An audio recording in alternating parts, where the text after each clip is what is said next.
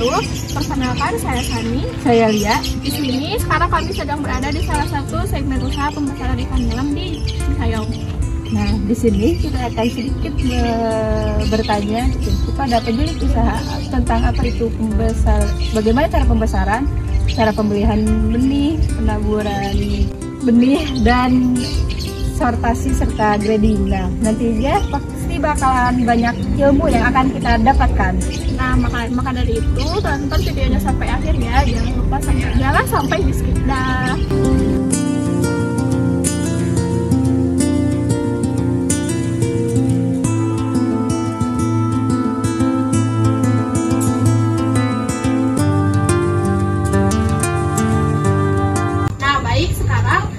Di sini sudah ada 2 orang pewawancara dan 1 orang narasumber. Untuk 2 orang pewawancara, yang sebelah sana ada Aina dan yang satunya lagi ada Priyanka.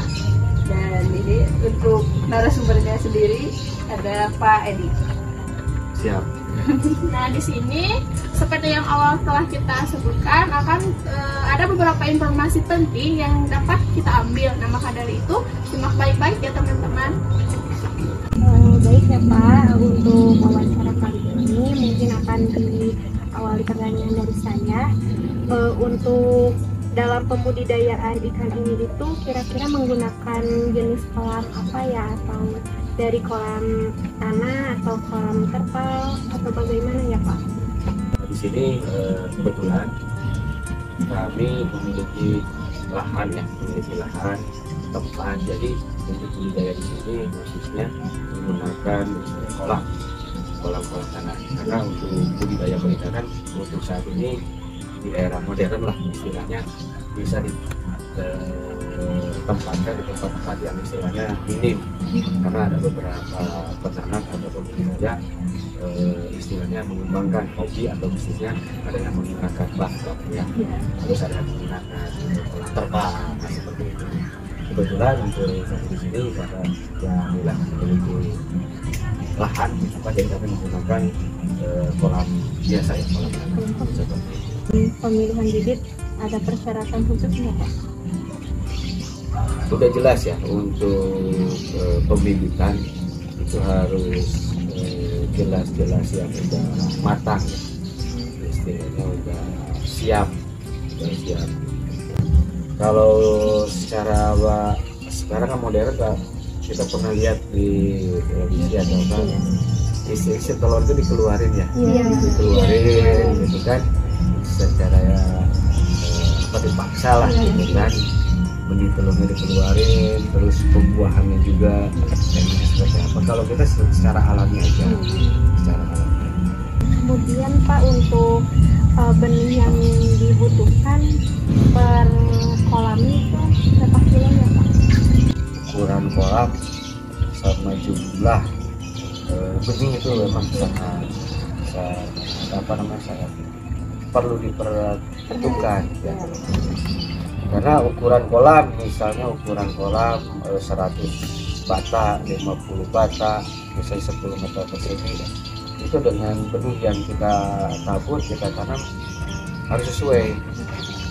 Karena apa? Untuk yang pertama pertumbuhannya biar cepat, kan kita terhambat, terus juga istilahnya apa namanya, kalau saya mabok lah gitu kan ya. Lalu untuk pakan gimana Pak? Pakan alami atau? Biasanya karena ini yang kita masukkan ulang ya, justru untuk pakan secara itu tidak perlu kita membeli pakan sebenarnya kalau ikan nila, karena dia kan makan dari kotoran ayam sama bekas-bekas pakan yang istilahnya tercemar ke kolam gitu. Kalau secara alami ikan nyelam ini dominannya ataupun identiknya dengan sayuran. Oh iya, herbivora. Nah, jadi kalau di kolam-kolam biasa untuk makannya itu sayuran, untuk pertumbuhannya lebih cepat. kemudian untuk pencegahan dari hama dan penyakitnya juga itu biasanya dilakukan seperti apa ya Pak?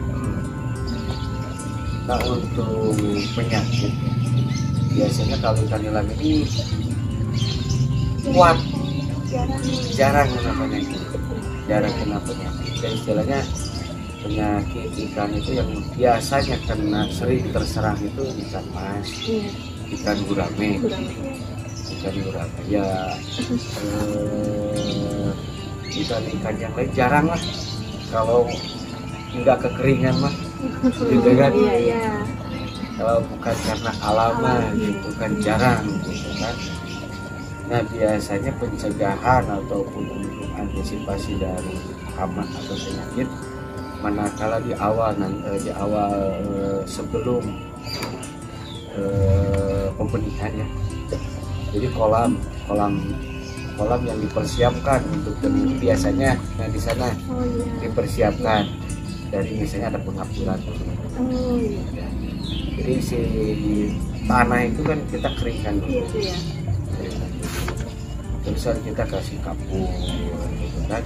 Ya, selain untuk menyuburkan tanah, unsur hara tanah biar subur, itu juga untuk membunuh istilahnya bibit penyakit. Kalau kita secara alami untuk menangani istilahnya hama atau penyakit, kita pakai yang namanya daun kelor. Daun kelor. Terus istilahnya pohon pisang sebenarnya itu bermanfaat.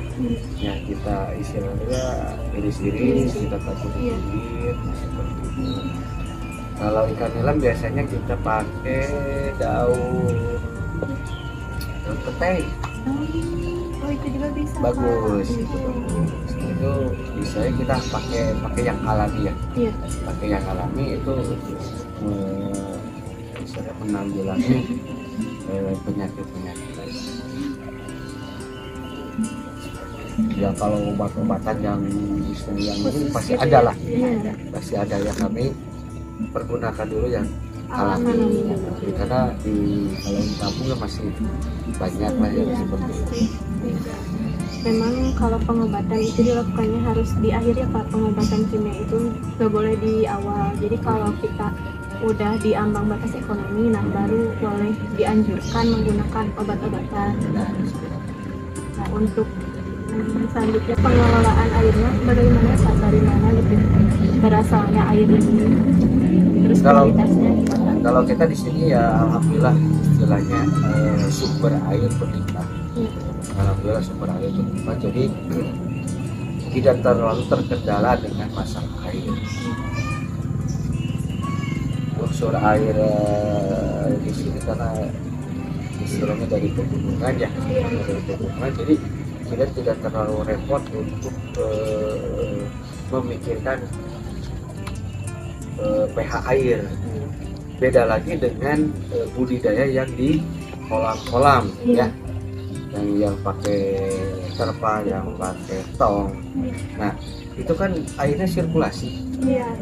Airnya sirkulasi, otomatis harus ada istilahnya campuran ataupun obat yang diperlukan untuk mengestabilkan pH air.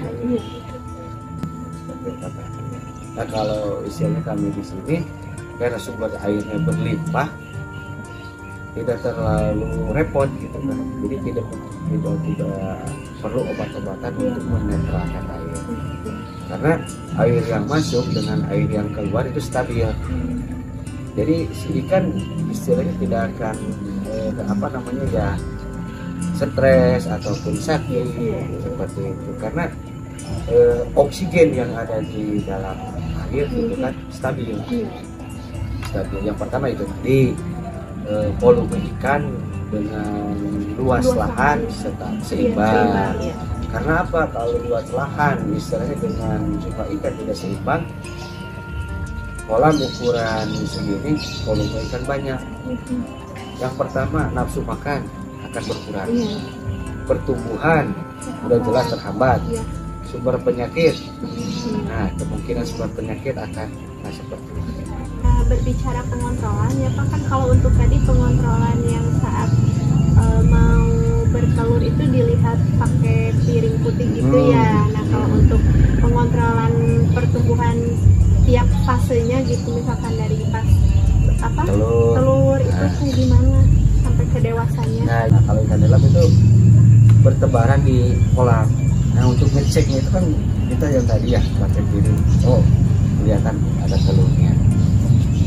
Nah pertumbuhan telur itu kan dari mulai hari pertama bertelur sampai lempung itu ya 2 hari 3 hari lah. Kita kontrol si telur itu semacam apa ya, pertumbuhan telur itu perkembangannya ya, perkembangannya kalau dijelasin sampai kayak buah rambutan. Nah kita kan kalau mau ini kayak gitu kan, kalau mau menetas itu seperti itu. Nah bisa kalau gagal ataupun istilahnya telur itu kualitas telurnya jelek, biasanya ngambang. Nah ngambang, ngambul lah istilahnya. Nah itu istilah gagal. Ada beberapa alternatif gagalnya itu mungkin ya bisa di pembuahannya kurang gitu kan, terus telurnya masih muda bisa jadi, terus di air, jadi hal-hal semacam itu ya biasanya kita akan paham kenapa sih ini kayak kalau dari awal misalnya bibitnya udah oke, terus tempatnya udah oke, biasanya ya jarang gagal. Kalau misalkan telur yang gagal itu kan mengapung diambil sama kita atau dibiarkan saja di kolam? Kalau kan yang biarkan saja. Beda dengan ikan gurame. Kalau ikan gurame kan pembenihan ikan gurame seperti itu. Telur yang bagus yang dibawa. Yang ini kan kita naik. Ya karena Pak tadi saya sampaikan bahwa setiap jenis ikan itu beda-beda. Beda-beda perkembangan atau berkembang biak untuk melakukan sortasinya itu bagaimana? Nah, dari setiap kali panen kan ukurannya itu kan beda-beda. Beda-beda. Nah biasanya kita dipilah ya, yang ada ukuran koral, gitu kan, ukuran yang super. Pemilahan itu dari pas kita panen ikan kita langsung ikan itu disiapkan di satu tempat. Sebelum kita bangkas, sebelum kita timbang, kita pilah terlebih dahulu. Pemilahan terlebih dahulu. Jadi mana ukuran yang super, yang sedang ataupun yang istilahnya ukurannya masih kurang. Biasanya kalau kita angkat itu kita panen semuanya siap panen atau siap jual. Siap jual. Untuk pemancing sendiri tidak harus ukurannya seperti itu. Jadi ukuran yang 1 kilo yang isinya 20, yang isinya 30, yang isinya 15, yang isinya 6 juga ada. Ya, panennya itu biasanya dilakukan seperti apa ya? Penanganan apa? Pasca panen, sesudah panen. Untuk ikan, untuk kolam? Untuk ikan. Atau langsung dijual segar? Ya biasanya setiap kali panen itu udah jelas ya, udah jelas bahwa misalnya kita akan panen di kolam ini. Si pembeli itu udah siap, udah siap misalnya bandar ikan ini sekian, bandar ini sekian. Kadang-kadang kebutuhan itu tidak terpenuhi, kadang-kadang kan biasanya satu kolam langsung dibakar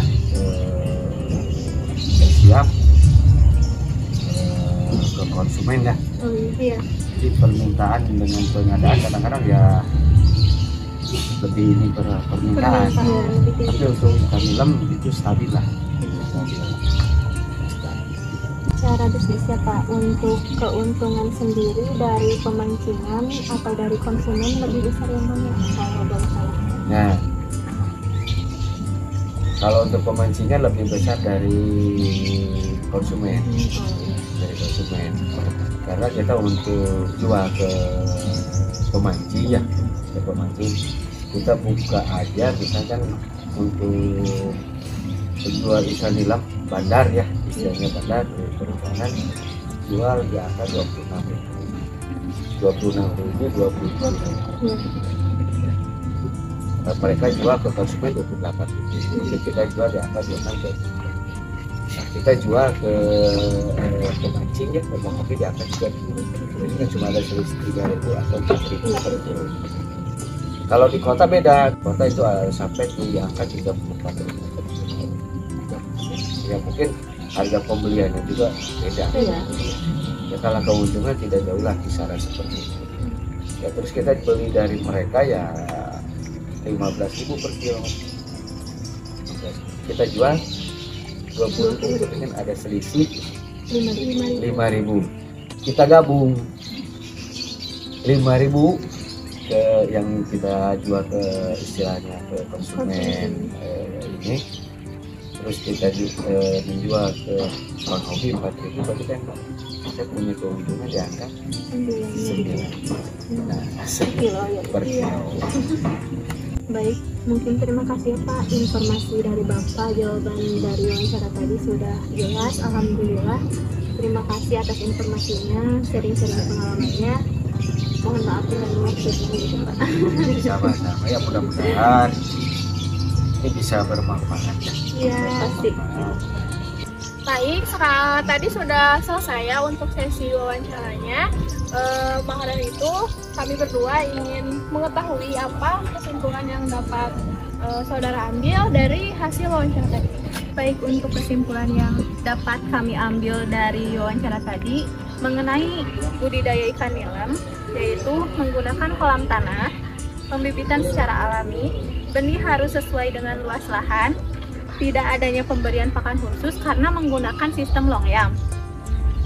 Nah, untuk pencegahan hama penyakit sendiri dilakukan sebelum pembenihan, yaitu dilakukannya pengapuran pada kolam. Untuk keuntungan yang didapat sekitar 9.000 per kilo. Wah, ternyata banyak sekali ya yang ilmu kita sudah dapatkan.